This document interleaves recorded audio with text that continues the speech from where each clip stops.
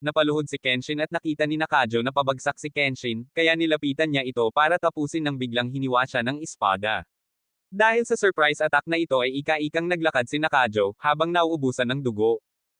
Pupunta siya sa isang kuweba habang sinusundan naman siya ni Kenshin, noon ay bigla niyang pinasabog ang isang bomba, at nagkaroon ng isang pagsabog. Tinamaan si Kenshin ngunit nagawa pa rin niyang makaligtas mula dito, ngunit nagkaroon si Kenshin ng panandaliang pagkabingi. Biglang dumating pa ang isang Yaminobu member na si Sumita, at nilabanan si Kenshin, patuloy na inatake si Kenshin at hindi nagtagal, ay dumating pa ang isang miyembro na si Momyoy, sinaksak si Sumita para masaksak din si Kenshin. Binunot ang espada at sinipa siya ng malakas, pilit na nilabanan ni Kenshin ang dalawa, kahit masakit pa rin ang nararamdaman ng kanyang puso.